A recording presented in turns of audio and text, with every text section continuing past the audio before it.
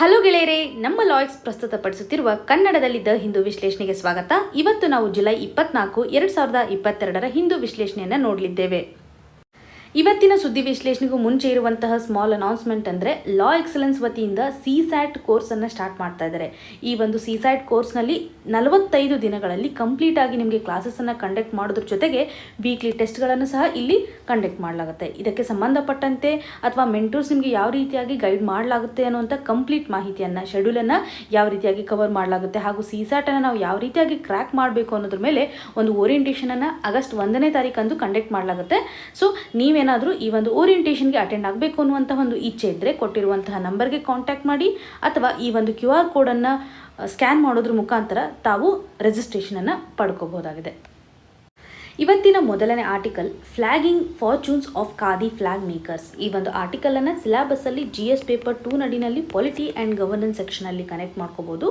So ಈ ಒಂದು ಆರ್ಟಿಕಲ್ನ context ಅಂತಂದರೆ ಅಮೃತ್ ಮಹೋತ್ಸವದ ಒಂದು ಸೆಲೆಬ್ರೇಷನ್ನ ಹಂತದಲ್ಲಿ ನ್ಯಾಷನಲ್ ಫ್ಲ್ಯಾಗನ್ನು ಯಾವ ರೀತಿಯಾಗಿ ಮ್ಯಾನುಫ್ಯಾಕ್ಚರ್ ಮಾಡಬೇಕು ಅಂತ ಸರ್ಕಾರ ಮಾಡಿರುವಂಥ ಒಂದು ಅನೌನ್ಸ್ಮೆಂಟ್ಗೆ ಸಂಬಂಧಪಟ್ಟಂತೆ ಈ ಒಂದು ಫ್ಲ್ಯಾಗನ್ನು ಮ್ಯಾನುಫ್ಯಾಕ್ಚರ್ ಮಾಡುವಂತಹ ಯೂನಿಟ್ಸ್ಗಳು ಸರ್ಕಾರದ ಒಂದು ಡಿಸಿಷನ್ ಮೇಲೆ ಕೊಟ್ಟಿರುವಂತಹ ಒಪಿನಿಯನನ್ನು ನಾವು ನೋಡ್ಬೋದು. ಸೊ ಎಕ್ಸಾಮಿನೇಷನ್ ಪರ್ಸ್ಪೆಕ್ಟಿವಲ್ಲಿ ನಾವು ಕೇವಲ ಅರ್ಥ ಮಾಡ್ಕೋಬೇಕಾಗಿರುವಂಥ ಫ್ಯಾಕ್ಚುಯಲ್ ಇನ್ಫಾರ್ಮೇಷನ್ ಅಂತಂದರೆ ಇವಾಗ ಅಮೃತ ಮಹೋತ್ಸವದ ಸೆಲೆಬ್ರೇಷನ್ ಬಗ್ಗೆ ನಮಗೆ ಕ್ಲಿಯರಾಗಿ ಗೊತ್ತಿರಬೇಕು. ಜೊತೆಗೆ ಇಲ್ಲಿ ನಾವು ಹರ್ ಘರ್ ತಿರಂಗ ಅನ್ನುವಂಥ ಒಂದು ಕ್ಯಾಂಪೇನನ್ನು ಈ ವರ್ಷ ಮಾಡ್ತಾ ಇದ್ದೀವಿ. ಸರ್ಕಾರ ಈ ಒಂದು ಕ್ಯಾಂಪೇನನ್ನು ಯಾವ ರೀತಿಯಾಗಿ ತರ್ತಾ ಇದೆ ಅಂತಂದರೆ ಪ್ರತಿಯೊಂದು ಮನೆಯಲ್ಲೂ ಇವಾಗ ನಾವು ಟ್ರೈ ಕಲರ್ ಫ್ಲ್ಯಾಗನ್ನು ಹಾರಿಸಬೇಕು. ಅದು ಆಗಸ್ಟ್ 13 to 15 ಅನ್ನುವಂಥದ್ದು ನಿಮಗೆ ಕ್ಲಿಯರಾಗಿ ಗೊತ್ತಿರಲಿ.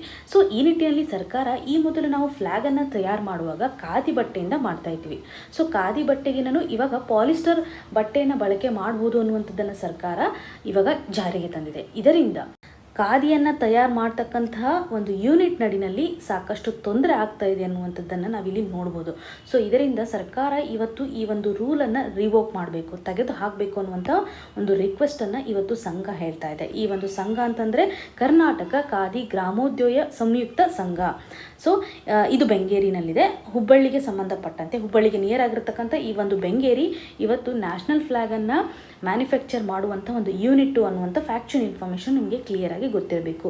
ಬೆಂಗೇರಿ ಪ್ಲೇಸನ್ನು ನೆನಪಿಟ್ಕೊಳ್ಳಿಕ್ಕೆ ಟ್ರೈ ಮಾಡಿ. ಸೊ ಇವರ ಒಂದು ಎಕ್ಸ್ಪೆಕ್ಟೇಷನ್ ಯಾವ ರೀತಿಯಾಗಿತ್ತು ಅಂದರೆ ಈ ವರ್ಷ ಅಮೃತ ಮಹೋತ್ಸವ ಇರುವಂತಹ ನಿಟ್ಟಿನಲ್ಲಿ ಸರಿಸುಮಾರು 2.5 crore ಅಷ್ಟು ಅಮೌಂಟ್ ಆಗ್ಬೋದು ಅಥವಾ ಅಷ್ಟೊಂದು ಆರ್ಡರ್ ಸಿಗ್ಬೋದು ಅನ್ನುವಂಥದ್ದಿತ್ತು. ಆದರೆ ಸರ್ಕಾರ ಇವಾಗ ಪಾಲಿಸ್ಟರ್ ಅನೌನ್ಸ್ ಮಾಡಿದಾದಮೇಲೆ ಅವ್ರಿಗೆ ಒಂದು ಪ್ರಾಫಿಟ್ ಲಾಸ್ ಆಗ್ತಾಯಿದೆ. ಅವರು ಆಲ್ರೆಡಿ ಇವಾಗ ರಾ ಮಟೀರಿಯಲ್ಸನ್ನೆಲ್ಲ ಕಲೆಕ್ಟ್ ಮಾಡ್ಕೊಂಡಿದ್ದಾರೆ, ಬಟ್ ಅವ್ರಿಗೆ ಇವಾಗ ತೊಂದರೆ ಆಗ್ತಾ ಇದೆ ಅನ್ನುವಂಥ ಒಂದು ಕನ್ಸರ್ನನ್ನು ಸಹ ನಾವಿಲ್ಲಿ ಅಬ್ಸರ್ವ್ ಮಾಡ್ಬೋದು. ಸೊ ಈ ನಿಟ್ಟಿನಲ್ಲಿ ನಮಗೆ ಬೇಕಾಗಿರುವಂತಹ 2 ಪಾಯಿಂಟ್ಸ್ ಅಂದರೆ ಒಂದು ಹರ್ ಘರ್ ತಿರಂಗ್ ಕ್ಯಾಂಪೇನ್ ಅಂದರೆ ಏನು ಅನ್ನುವಂಥದ್ದು ನಿಮಗೆ ಕ್ಲಿಯರಾಗಿ ಗೊತ್ತಿರಲಿ, ಮತ್ತು ಈ ಒಂದು ನ್ಯಾಷನಲ್ ಫ್ಲ್ಯಾಗನ್ನು ಎಲ್ಲಿ ಮ್ಯಾನುಫ್ಯಾಕ್ಚರ್ ಮಾಡ್ತಾರೆ ಅನ್ನುವಂಥ ಇಂಪಾರ್ಟೆಂಟ್ ಇನ್ಫಾರ್ಮೇಷನ್. ಸೊ ಇಲ್ಲಿ ನಿಮಗೆ ಒಂದು ಸಿಂಪಲ್ ಕ್ವೆಶನ್ ಅಂತಂದರೆ ನ್ಯಾಷನಲ್ ಫ್ಲ್ಯಾಗನ್ನು ರೆಸ್ಪೆಕ್ಟ್ ಮಾಡಬೇಕು ಅನ್ನುವಂಥದ್ದನ್ನು ನಾವು ಸಂವಿಧಾನದ ಯಾವ ಭಾಗದಲ್ಲಿ ನೋಡ್ತೀವಿ, ಯಾವ ಆರ್ಟಿಕಲಲ್ಲಿ ಇದನ್ನು ಮೆನ್ಷನ್ ಮಾಡಿದ್ದಾರೆ ಅನ್ನೋದನ್ನು ಕಮೆಂಟ್ ಸೆಕ್ಷನಲ್ಲಿ ಮೆನ್ಷನ್ ಮಾಡಿ. ಇನ್ನು ಮುಂದಿನ article what is the controversy over GST levies on food. ಈ ಒಂದು ಆರ್ಟಿಕಲನ್ನು ಸಿಲೆಬಸ್ಸಲ್ಲಿ ನೋಡೋದಾದರೆ GS ಪೇಪರ್ 2 ನಡಿನಲ್ಲಿ ಗೌರ್ಮೆಂಟ್ ಪಾಲಿಸೀಸ್ ಆ್ಯಂಡ್ ಇಂಟರ್ವೆನ್ಷನ್ಸ್ ಹಾಗೂ GS ಪೇಪರ್ 3 ನಡಿನಲ್ಲಿ ಎಕನಾಮಿಗೆ ಸಂಬಂಧಪಟ್ಟಂತೆ ಟ್ಯಾಕ್ಸೇಷನ್ ಚಾಪ್ಟರಲ್ಲಿ ಸಹ ಕನೆಕ್ಟ್ ಮಾಡ್ಕೋಬೋದು. ಸೊ ಈ ಒಂದು ಆರ್ಟಿಕಲ್ನ ಕಂಟೆಕ್ಸ್ಟ್ ಏನಿದೆ, GSTಗೆ ಸಂಬಂಧಪಟ್ಟಂತೆ ಸರ್ಕಾರ ಕೆಲವೊಂದಿಷ್ಟು ಅನ್ಬ್ರ್ಯಾಂಡೆಡ್ ಫುಡ್ ಮೇಲೆ GSTಯನ್ನು ಹಾಕ್ತಾ ಇದ್ದಾರೆ. ಕೆಲವೊಂದಿಷ್ಟು ಎಕ್ಸಂಪ್ಷನ್ನ ಇವಾಗ ತೆಗೆದು ಹಾಕಿದ್ದಾರೆ. ಈ ನಿಟ್ಟಿನಲ್ಲಿ ಪಾರ್ಲಿಮೆಂಟಲ್ಲಿ ನಡೀತಿರುವಂತಹ ಮಾನ್ಸೂನ್ ಸೆಷನಲ್ಲಿ ಸಾಕಷ್ಟು ಡಿಸ್ರಪ್ಷನ್ನು ಅಥವಾ ಡಿಸ್ಕಷನ್ನು ಇವಾಗ GSTಗೆ ಸಂಬಂಧಪಟ್ಟಂತೆ ಸರ್ಕಾರ ತೆಗೆದುಕೊಂಡಿರುವಂತಹ ಒಂದು ಮೂವ್ಗೆ ಸಂಬಂಧಪಟ್ಟಂತೆ ಅನ್ನುವಂಥದ್ದು. ಸೊ ಯಾವ್ಯಾವ ಫುಡ್ ಐಟಮ್ಸ್ಗಳ ಮೇಲೆ ಈ ಒಂದು GSTಯನ್ನು ಹಾಕಿದ್ದಾರೆ ಅನ್ನುವಂಥದ್ದನ್ನು ನಾವಿಲ್ಲಿ ನೋಡ್ಬೋದು ಫಸ್ಟ್ ಪ್ಯಾರಾಗ್ರಾಫಲ್ಲಿ. ಸೊ ಬೇಸಿಕಲಿ ಇವಾಗ ನಾವು ಕನ್ಸ್ಯೂಮ್ ಮಾಡ್ತಕ್ಕಂಥ ಬೇಸಿಕ್ ಕಮೋಡಿಟೀಸ್ ಮೇಲೆ ಈ ಒಂದು GSTಯನ್ನು ಹಾಕಿದ್ದಾರೆ. ಕೆಲವೊಂದಿಷ್ಟು ಎಕ್ಸಂಪ್ಷನ್ಸನ್ನು ಸಹ ನಾವು ನೋಡ್ಬೋದು. ಹಾಗೂ ಈ ಒಂದು ಡಿಸಿಷನನ್ನು ಮಿನಿಸ್ಟ್ರಲ್ ಗ್ರೂಪ್ ಕೊಟ್ಟಿರುವಂಥ ಇಂಟರಿಮ್ ರಿಪೋರ್ಟ್ನ ಆಧಾರದ ಮೇಲೆ ತೆಗೆದುಕೊಳ್ಳಲಾಗಿದೆ. ಈ ಒಂದು ಗ್ರೂಪ್ನ ಹೆಡ್ ಯಾರಾಗಿದ್ದರು ಅಂತಂದರೆ ಬಸವರಾಜ ಬೊಮ್ಮಾಯಿ. ಸೊ ನಮ್ಮ ಕರ್ನಾಟಕದ ಮುಖ್ಯಮಂತ್ರಿಯವರೇ ಈ ಒಂದು ಗ್ರೂಪನ್ನು ಲೀಡ್ ಮಾಡ್ತಿದ್ರು ಅನ್ನುವಂಥದ್ದು. ಸೊ ಈ ಒಂದು ರೆಕಮೆಂಡೇಷನ್ ಆಧಾರದ ಮೇಲೆ ಇವತ್ತು ಬದಲಾವಣೆಯನ್ನು ಮಾಡಿದ್ದಾರೆ ಅನ್ನುವಂಥದ್ದನ್ನು ನಾವು ಇಲ್ಲಿ ಕ್ಲಿಯರ್ ಕಟ್ಟಾಗಿ ನೋಡ್ಬೋದು. ಬೇಸಿಕಲಿ 5% ಟ್ಯಾಕ್ಸನ್ನು ಇವತ್ತು ಅನ್ಬ್ರ್ಯಾಂಡೆಡ್ ಪ್ಯಾಕ್ಡ್ ಫುಡ್ ಐಟಮ್ಸ್ ಮೇಲೆ ಹಾಕ್ತಾ ಇದ್ದಾರೆ ಅನ್ನುವಂಥದ್ದನ್ನು GST ಕೌನ್ಸಿಲ್ ಈ ಒಂದು ರೆಕಮೆಂಡೇಷನ್ ಆಧಾರದ ಮೇಲೆ ಇಂಟರಿಮ್ ರಿಪೋರ್ಟ್ ಕೊಟ್ಟಿರ್ತಾರಲ್ಲ ಗ್ರೂಪಿಂದ, ಆ ಒಂದು ರೆಕಮೆಂಡೇಷನ್ ಆಧಾರದ ಮೇಲೆ GSTಯೂ ಸಹ ಕೆಲವೊಂದಿಷ್ಟು ಚೇಂಜಸನ್ನು ಮಾಡಿದೆ. GST ಸ್ಟ್ರಕ್ಚರ್ಗೆ ಸಂಬಂಧಪಟ್ಟಂತೆ ಏನೇ ಬದಲಾವಣೆ ಇದ್ದರೂ ಯಾರು ಮಾಡ್ತಾರೆ ಅನ್ನೋದು ನಿಮಗೆ ಕ್ಲಿಯರಾಗಿ ಗೊತ್ತಿರಬೇಕು, GST ಕೌನ್ಸಿಲ್. ಸೊ GST ಸ್ಟ್ರಕ್ಚರ್ಗೆ ಸಂಬಂಧಪಟ್ಟಂತೆ ಇವತ್ತು GST ಕೌನ್ಸಿಲ್ ತೆಗೆದುಕೊಂಡಿರುವಂಥ ಡಿಸಿಷನ್ ಅಂತಂದರೆ ಕೆಲವೊಂದಿಷ್ಟು ಟ್ಯಾಕ್ಸ್ ಎಕ್ಸಂಪ್ಷನನ್ನು ಹಾಗೂ ಕನ್ಸೆಷನಲ್ ಟ್ಯಾಕ್ಸನ್ನು ತೆಗೆದು ಹಾಕಿದ್ದಾರೆ. ಸೊ ಯಾವ ರೀತಿಯಾಗಿ ಟ್ಯಾಕ್ಸ್ ಎಕ್ಸಂಪ್ಷನ್ ಮಾಡಿದ್ದಾರೆ ಅನ್ನುವಂಥ ಕಂಪ್ಲೀಟ್ ಅಥವಾ ಮೈಕ್ರೋ ಲೆವೆಲಲ್ಲಿರುವಂಥ ಡೀಟೇಲ್ಸ್ ನಮಗೆ ಅವಶ್ಯಕತೆ ಇರೋದಿಲ್ಲ. ಇನ್ನು ಈ ಒಂದು ಇಶ್ಯೂಗೆ ಸಂಬಂಧಪಟ್ಟಂತೆ ಸರ್ಕಾರದ ಒಂದು ಸ್ಟ್ಯಾಂಡ್ ಯಾವ ರೀತಿಯಾಗಿದೆ, ನಮ್ಮ ಫೈನಾನ್ಸ್ ಮಿನಿಸ್ಟರ್ ಆಗಿರುವಂತಹ ಮಿಸ್ ನಿರ್ಮಲಾ ಸೀತಾರಾಮನ್ ಅವರು ಯಾವ ರೀತಿಯಾಗಿ ಹೇಳ್ತಾ ಇದ್ದಾರೆ GST ಅಲ್ಲಿರುವಂತಹ ಒಂದು ಬದಲಾವಣೆಗೆ ಸಂಬಂಧಪಟ್ಟಂತೆ. ಈ ಡಿಸಿಷನನ್ನು ಕೇವಲ ಒಬ್ಬರೇ ಮೆಂಬರ್ ತೆಗೆದುಕೊಂಡಿರೋದಲ್ಲ ಅಥವಾ ಒಂದೇ ಒಂದು ಸ್ಟೇಟ್ ತೆಗೆದುಕೊಂಡಿರೋದಲ್ಲ. GST ಕೌನ್ಸಿಲ್ ಅಂತಂದಾಗ ಎಲ್ಲ ಸ್ಟೇಟ್ಗಳ ಒಂದು ಪಾರ್ಟಿಸಿಪೇಷನ್ ಇರುತ್ತೆ, ಎಲ್ಲರೂ ಅಗ್ರಿ ಆದಮೇಲೆ ಈ ಒಂದು ಮೂವನ್ನು ತೆಗೆದುಕೊಂಡಿದೆ ಅನ್ನುವಂಥದ್ದು. ಹಾಗೂ ಕೆಲವೊಂದಿಷ್ಟು ಐಟಮ್ಸ್ ಇವಾಗ ಪ್ಯಾಕ್ಡ್ ಇಲ್ಲ ಅಂತಂದರೆ ಅವು GST ಎಕ್ಸಂಪ್ಷನ್ ಇರುತ್ತೆ. ಲೂಸಲ್ಲಿ ಯಾವಾಗ ಈ ಒಂದು ಫುಡ್ ಐಟಮ್ಸನ್ನು ಮಾರ್ತಿರ್ತಾರಲ್ಲ ಆವಾಗ GST ಎಕ್ಸಂಪ್ಷನ್ ಆಗಿರೋದನ್ನು ನಾವು ನೋಡ್ಬೋದು. ಇದನ್ನು ಸಹ ಅವರು ಪಾಯಿಂಟ್ ಔಟ್ ಮಾಡಿದ್ದಾರೆ ಅನ್ನುವಂಥದ್ದು. ಕೆಲವೊಂದಿಷ್ಟು ಎಕ್ಸಂಪ್ಷನ್ ಅಂದಾಗ ಬೇಸಿಕಲಿ ಇವಾಗ ಒಂದು ಯಾವುದೇ ಫುಡ್ ಐಟಮು 25 kgಗಿನ್ನೂ ಹೆಚ್ಚು ವೇಟ್ ಆಗ್ತಾ ಇದ್ದರೆ ಆವಾಗ GSTಯನ್ನು ಅಟ್ರ್ಯಾಕ್ಟ್ ಮಾಡೋದಿಲ್ಲ ಅನ್ನುವಂಥದ್ದನ್ನು ನಾವಿಲ್ಲಿ ನೋಡ್ಬೋದು. ಇಷ್ಟು ಸಜೆಷನನ್ನು ಅವರು ಕೊಡಲಿಕ್ಕೆ ಟ್ರೈ ಮಾಡಿದ್ದಾರೆ. ಇನ್ನು GSTಯಿಂದ ನಮ್ಮ ಸರ್ಕಾರಕ್ಕೆ ಕೆಲವೊಂದಿಷ್ಟು ರೆವಿನ್ಯೂನ ಒಂದು ಅವಶ್ಯಕತೆ ಇದೆ ಅನ್ನೋದನ್ನು ನಾವಿಲ್ಲಿ ನೋಡ್ಬೋದು. ಕಂಪ್ಲೀಟ್ ಕನ್ಸರ್ನ್ಸ್ ಮೇಲೆ ಇವತ್ತು ಡಿಸಿಷನನ್ನು ತೆಗೆದುಕೊಳ್ಳಲಾಗಿದೆ ಅನ್ನುವಂಥದ್ದನ್ನು ನಾವಿಲ್ಲಿ ಅರ್ಥ ಮಾಡ್ಕೋಬೇಕು. ಮತ್ತು ಕೆಲವೊಂದಿಷ್ಟು ಲೀಕೇಜಸ್ಗಳನ್ನು ಇವರು ಕಡಿಮೆ ಮಾಡಲಿಕ್ಕೋಸ್ಕರನೂ ಈ ಒಂದು ಮೂವನ್ನು ತೆಗೆದುಕೊಂಡಿದ್ದಾರೆ. ಇಲ್ಲಿ ಇನ್ನೊಂದು ಅರ್ಥ ಮಾಡ್ಕೋಬೇಕಾಗಿರುವಂತಹ ಕನೆಕ್ಟಿವಿಟಿ ಅಂತಂದರೆ ಇವಾಗ ನಾವು ಸಾಕಷ್ಟು ಸಾರಿ CPIಗೆ ರಿಲೇಟೆಡ್ ಇರುವಂತಹ ಬದಲಾವಣೆಯನ್ನು ನೋಡ್ತಾ ಇದ್ದೀವಿ. ಕನ್ಸ್ಯೂಮರ್ ಪ್ರೈಸ್ ಇಂಡೆಕ್ಸು ಇವತ್ತು ಹೆಚ್ಚಾಗಿದೆ ಅಂತ ನೋಡ್ತಾ ಇದ್ದೀವಿ, ಇನ್ಫ್ಲೇಷನ್ ಹೆಚ್ಚಾಗಿದೆ ಅಂತ ನೋಡ್ತಾ ಇದ್ದೀವಿ. ಸರ್ಕಾರ ಅಗೇನ್ ಇವಾಗ ಟ್ಯಾಕ್ಸನ್ನು ಹಾಕಿದರೆ ಇವಾಗ ಕನ್ಸ್ಯೂಮರ್ಗೆ ಬರ್ಡನ್ ಆಗುತ್ತೆ. ಇವಾಗ ಮ್ಯಾಕ್ಸಿಮಮ್ ನಮ್ಮ ದೇಶದಲ್ಲಿ 85% ಕನ್ಸ್ಯೂಮರು ಅನ್ಬ್ರ್ಯಾಂಡೆಡ್ ಗೂಡ್ಸ್ ಮೇಲೆ ರಿಲೇ ಆಗ್ತಾರೆ. ಬ್ರ್ಯಾಂಡೆಡ್ ಗೂಡ್ಸ್ಗಳನ್ನು ಹೆಚ್ಚು ಪ್ರಿಫರ್ ಮಾಡಲ್ಲ. ಇದರಿಂದ ಅಥವಾ ಸರ್ಕಾರ ಇವತ್ತು GSTಗೆ ಸಂಬಂಧಪಟ್ಟಂತೆ ತಂದಿರುವಂಥ ಬದಲಾವಣೆಯಿಂದ ಸಾಕಷ್ಟು ಜನರ ಮೇಲೆ ಇವತ್ತು ಇಂಪ್ಯಾಕ್ಟ್ ಆಗುತ್ತೆ. ಇನ್ಫ್ಲೇಷನ್ ಹೆಚ್ಚಿರೋದ್ರಿಂದ ಸಾಕಷ್ಟು ತೊಂದರೆಯನ್ನು ನೋಡ್ಬೋದು. ಸೊ ಮತ್ತೆ ಇವಾಗ GST ಕೌನ್ಸಿಲ್ನ ಒಂದು ಮೀಟಿಂಗ್ ಇರುತ್ತೆ. ಈ ನಿಟ್ಟಿನಲ್ಲಿ ಏನಾದರೂ ಚೇಂಜಸನ್ನು ಮಾಡ್ಬೋದು ಅನ್ನುವಂಥ ಒಂದು ಹೋಪ್ಸನ್ನು ಇಲ್ಲಿ ನೋಡ್ಬೋದು. ಇಲ್ಲಿ ಸ್ಟೇಟ್ ಗೌರ್ಮೆಂಟ್ ಅಲ್ಲಿ ಕೆಲವೊಂದಿಷ್ಟು ರಿಫಾರ್ಮ್ಸನ್ನು ತಂದಿರೋದ್ರಲ್ಲಿ ಕರ್ನಾಟಕದ ಒಂದು ಮೂವ್ ಯಾವ ರೀತಿಯಾಗಿದೆ ಅಂದರೆ ಇನ್ಪುಟ್ ಟ್ಯಾಕ್ಸ್ ಕ್ರೆಡಿಟ್ ಅನ್ನುವಂಥದ್ದನ್ನು ನಾವಿಲ್ಲಿ ನೋಡ್ಬೋದು. ಅಂದರೆ ಈ ಒಂದು ಟ್ಯಾಕ್ಸ್ ಎಡಿಷ್ನಲ್ ಆಗಿದೆಯಲ್ಲ ಇದು ಬಿಸ್ನೆಸ್ ಮೆನ್ ಮೇಲೆ ಹೋಗುತ್ತೆ ಅಥವಾ ಕಂಪನೀಸ್ ಮೇಲೆ ಇದು ಹೋಗುವಂಥದ್ದು. ನೀವು ಯಾವುದೇ ಒಂದು ಕಮ್ಯುನಿಟೀಸನ್ನು ಕರ್ನಾಟಕದಲ್ಲಿ ಖರೀದಿ ಮಾಡುವಾಗ ಟ್ಯಾಕ್ಸ್ ಸಮೇತನ ಖರೀದಿ ಮಾಡ್ತೀರಾ, ಆದರೆ ಆ ಒಂದು ಅಮೌಂಟನ್ನು ಕ್ರೆಡಿಟ್ನ ಮುಖಾಂತರ ಕೊಡಲಾಗುತ್ತೆ. ಸೊ ಅವ್ರಿಗೆ ಕ್ರೆಡಿಟ್ ಆಗುತ್ತೆ, ಮತ್ತು ಕೊಟ್ಟಿರುವಂಥ ಅಮೌಂಟು ಮತ್ತೆ ವಾಪಸ್ ಅವ್ರಿಗೆ ಬರುತ್ತೆ. ಈ ಟ್ಯಾಕ್ಸನ್ನು ಕಂಪ್ನಿ ಮೇಲೆ ಹಾಕಲಾಗುತ್ತೆ ಅನ್ನುವಂಥದ್ದು. ಸೊ ಇದು ಕರ್ನಾಟಕ ಗೌರ್ಮೆಂಟ್ ತೆಗೆದುಕೊಂಡಿರುವಂಥ ಒಂದು ಮೂವ್. ಹಾಗಾಗಿ ಕರ್ನಾಟಕದಲ್ಲಿ ಈ ಒಂದು ಟ್ಯಾಕ್ಸ್ ರಿಫಾರ್ಮು ಇಂಪ್ಯಾಕ್ಟ್ ಆಗಲ್ಲ ಅನ್ನುವಂಥದ್ದನ್ನು ನಾವಿಲ್ಲಿ ಅರ್ಥ ಮಾಡ್ಕೋಬೇಕು. ಇನ್ನು ಮುಂದಿನ article, how will supreme court ruling on abortion impact woman. ಈ ಒಂದು ಆರ್ಟಿಕಲನ್ನು ಸಿಲೆಬಸಲ್ಲಿ ನೋಡಿದಾಗ GS ಪೇಪರ್ 2 ನಡಿನಲ್ಲಿ ಹೆಲ್ತ್ಗೆ ಕನೆಕ್ಟ್ ಮಾಡ್ಕೋಬೋದು ಅಥವಾ ಆ್ಯಕ್ಟ್ ಆ್ಯಂಡ್ ಬಿಲ್ಸ್ ನಡಿನಲ್ಲಿ ಅಂದರೆ ಪಾಲಿಟಿ ಆ್ಯಂಡ್ ಗವರ್ನೆನ್ಸ್ ಸೆಕ್ಷನ್ಲಿ ನಾವು ನೋಡ್ಕೋಬೋದಾಗಿದೆ. ಸೊ ಈ ಒಂದು ಆರ್ಟಿಕಲ್ಗೆ ಸಂಬಂಧಪಟ್ಟಂತೆ ಕಂಟೆಕ್ಸ್ಟ್ ನಿಮ್ಗೆ ಗೊತ್ತೇ ಇದೆ. ಅಬಾರ್ಷನ್ಗೆ ರಿಲೇಟೆಡ್ ಇರುವಂತೆ ಇವಾಗ ಸುಪ್ರೀಂ ಕೋರ್ಟ್ ಡಿಸಿಷನನ್ನು ಯಾವ ರೀತಿಯಾಗಿ ತೆಗೆದುಕೊಂಡಿದೆ ಹಾಗೂ ಹೈಕೋರ್ಟ್ ಸಹ ಯಾವ ರೀತಿಯಾಗಿ ತನ್ನ ಒಂದು ಪರ್ಸ್ಪೆಕ್ಟಿವನ್ನು ಹೇಳಿತ್ತು ಅನ್ನುವಂಥದ್ದು.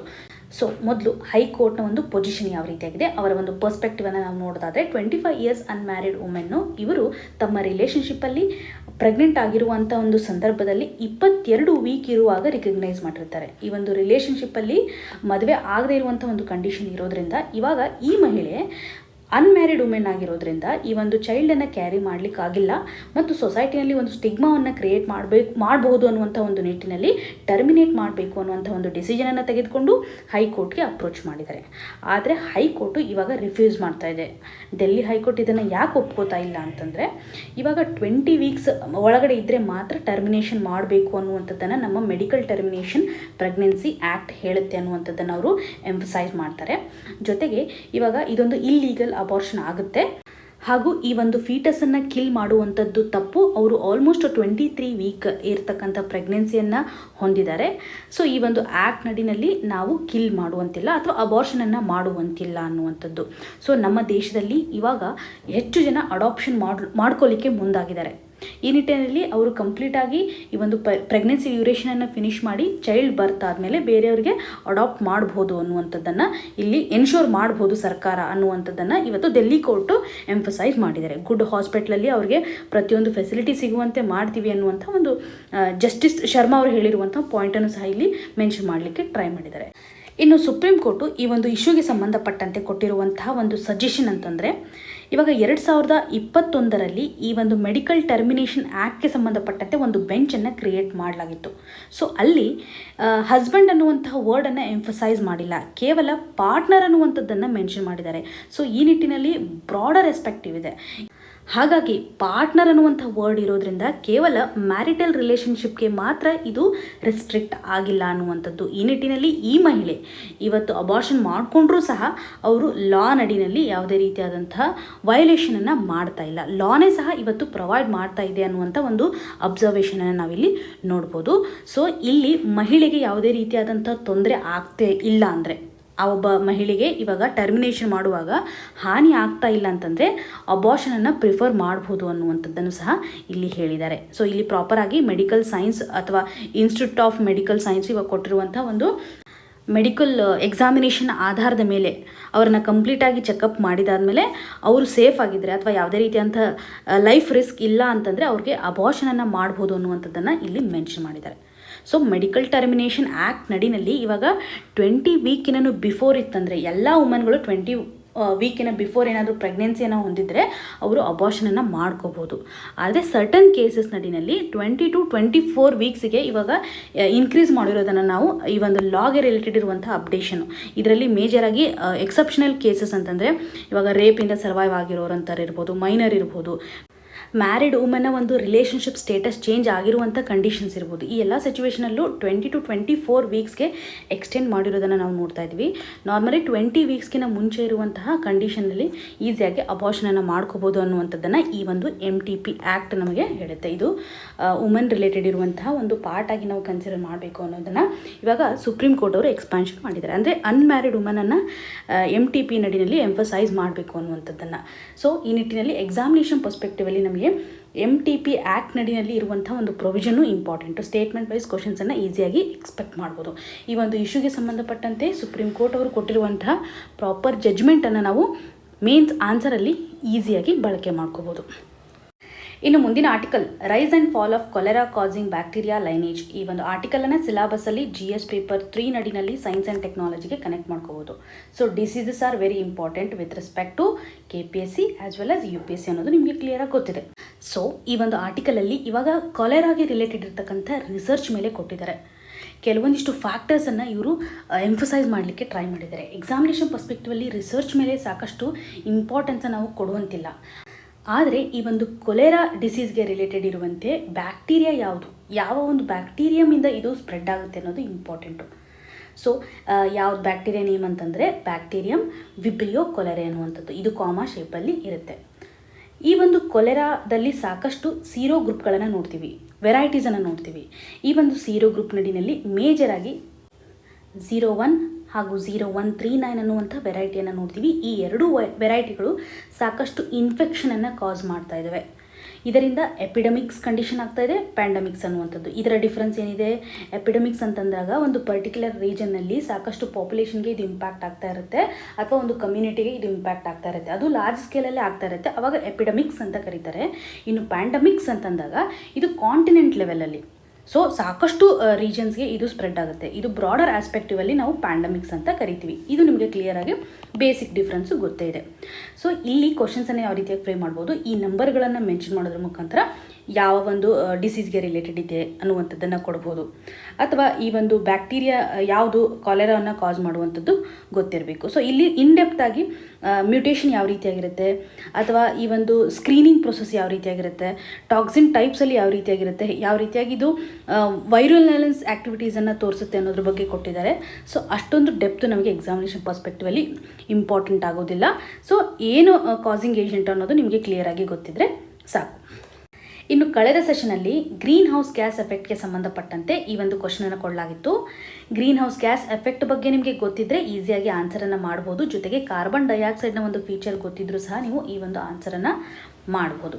ಸೊ ಇದಕ್ಕೆ ಸರಿಯಾದ ಉತ್ತರ the infrared part of the solar radiation ಅನ್ನುವಂಥದ್ದು. ಸೊ ಇಲ್ಲಿ ಏನು ಕೇಳಿದರೆ, ಕಾರ್ಬನ್ ಡೈಆಕ್ಸೈಡು ಇವಾಗ ಇನ್ಕ್ರೀಸ್ ಆಗ್ತಾ ಇದ್ದರೆ ಅಟ್ಮಾಸ್ಫಿಯರಲ್ಲಿ, ಇದರಿಂದ ಟೆಂಪ್ರೇಚರ್ ಮೇಲೆ ಯಾವ ರೀತಿಯಾದಂಥ ಇಂಪ್ಯಾಕ್ಟ್ ಆಗುತ್ತೆ. ಸೊ ಅಟ್ಮಾಸ್ಫಿಯರಿಕ್ ಟೆಂಪ್ರೇಚರ್ ಯಾವ ರೀತಿಯಾಗಿ ಆಗ್ಬೋದು. ಸೊ ಸಿಂಪಲ್ಲಾಗಿ ಗ್ರೀನ್ ಹೌಸ್ ಗ್ಯಾಸ್ ಬಗ್ಗೆ ತಿಳ್ಕೊಳೋದಾದರೆ, ಇವಾಗ ಸನ್ನಿಂದ ಬರುವಂತಹ ಸೋಲಾರ್ ರೇಡಿಯೇಷನು ಭೂಮಿ ಮೇಲೆ ರೀಚ್ ಆಗುತ್ತೆ. ಸೊ ಇದರಿಂದ ನಮ್ಮ ಅರ್ತು ವಾರ್ಮ್ ಆಗುತ್ತೆ. ನೆಕ್ಸ್ಟು ಇದು ಇನ್ಫ್ರಾರೆಡ್ ರೇಡಿಯೇಷನ್ಸ್ಗಳನ್ನು ಅಟ್ಮಾಸ್ಫಿಯರ್ಗೆ ಎಮಿಟ್ ಮಾಡುತ್ತೆ. ಎಮಿಟ್ ಮಾಡಿದಾಗ IR ರೇಡಿಯೇಷನ್ ಇರುತ್ತಲ್ಲ, ಇದನ್ನು ಇವಾಗ ಗ್ರೀನ್ ಹೌಸ್ ಗ್ಯಾಸಸ್ಗಳು ಅಬ್ಸಾರ್ಬ್ ಮಾಡಿಕೊಂಡು ಮತ್ತೆ ಅಟ್ಮಾಸ್ಫಿಯರ್ಗೆ ಬಿಡ್ತವೆ. ಸೊ ಇದು ಮೇಜರ್ ಕಾಂಟ್ರಿಬ್ಯೂಷನ್. ಅಂದರೆ ಇನ್ಫ್ರಾರೆಡ್ ರೇಡಿಯೇಷನಿಂದನೇ ಇವಾಗ ನಮ್ಮ ಒಂದು ವಾತಾವರಣದಲ್ಲಿರುವಂಥ ತಾಪಮಾನವನ್ನು ಡಿಟರ್ಮೈನ್ ಮಾಡುತ್ತೆ, ಗ್ರೀನ್ ಹೌಸ್ ಗ್ಯಾಸ್ಗಳ ಒಂದು ರೋಲ್ನಿಂದಾಗಿ ಅನ್ನುವಂಥದ್ದು. ಇಲ್ಲಿ ನೀವು ಸ್ವಲ್ಪ ಕನ್ಫ್ಯೂಷನ್ ಮಾಡ್ಕೋಬೋದು. ಇವಾಗ ಅರ್ತಿಂದ ಎಮಿಟ್ ಆಗ್ತಕ್ಕಂಥ IR ರೇಡಿಯೇಷನಿಂದ ಅಂತ ನಾವು ಡೆಫಿನೇಷನಲ್ಲಿ ನಾರ್ಮಲಿ ಎಲ್ಲ ಸ್ಟೇಟ್ಮೆಂಟ್ಸಲ್ಲಿ ಮಾಡುತ್ತೆ, ಯಾವ ರೀತಿಯಾಗಿ ಗ್ರೀನ್ ಹೌಸ್ ಗ್ಯಾಸ್ಗಳು ಹೀಟನ್ನು ಟ್ರ್ಯಾಪ್ ಮಾಡುತ್ತೆ, ಅರ್ತಿಂದ ಎಮಿಟ್ ಆಗ್ತಕ್ಕಂಥ IR ರೇಡಿಯೇಷನ್ಸು. ಇಲ್ಲಿ ನಾವು ಕ್ಲಿಯರಾಗಿ ಅರ್ಥ ಮಾಡ್ಕೋಬೇಕು. ಕೊಟ್ಟಿರುವಂಥ ಸ್ಟೇಟ್ಮೆಂಟಲ್ಲಿ ಸೋಲಾರ್ ರೇಡಿಯೇಷನಲ್ಲಿರ್ತಕ್ಕಂತಹ ಇನ್ಫ್ರಾರೆಡ್ ಪಾರ್ಟ್ ಅಂತ ಹೇಳಿದ್ದಾರೆ. ಇದು ಟ್ರೂ. ಆ್ಯಕ್ಚುಲಿ ಇದು ಕಾಂಟ್ರಿಬ್ಯೂಷನ್ ಆಗುತ್ತೆ.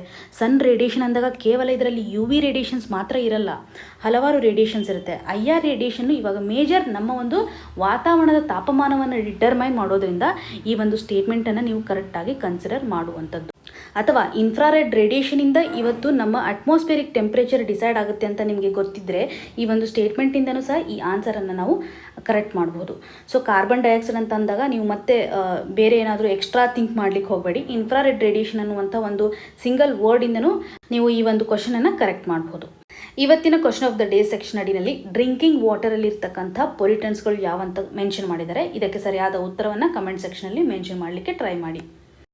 ಇವತ್ತು ಡಿಸ್ಕಸ್ ಮಾಡಿರುವಂತಹ ಎಲ್ಲ ಆರ್ಟಿಕಲ್ಸ್ಗಳು ನಿಮಗೆ ನೀಟಾಗಿ ಅರ್ಥ ಆಗಿದೆ ಅಂತ ಭಾವಿಸ್ತಾ ಇದ್ದೀನಿ. ನಿಮ್ಗೆ ಏನೇ ಕನ್ಸರ್ನ್ ಇದ್ರೂ ಸಹ ಕಮೆಂಟ್ ಸೆಕ್ಷನಲ್ಲಿ ಮೆನ್ಷನ್ ಮಾಡಿ ಅಂತ ಹೇಳ್ತಾ ಆಲ್ ದಿ ವೆರಿ ಬೆಸ್ಟ್. ಧನ್ಯವಾದಗಳು.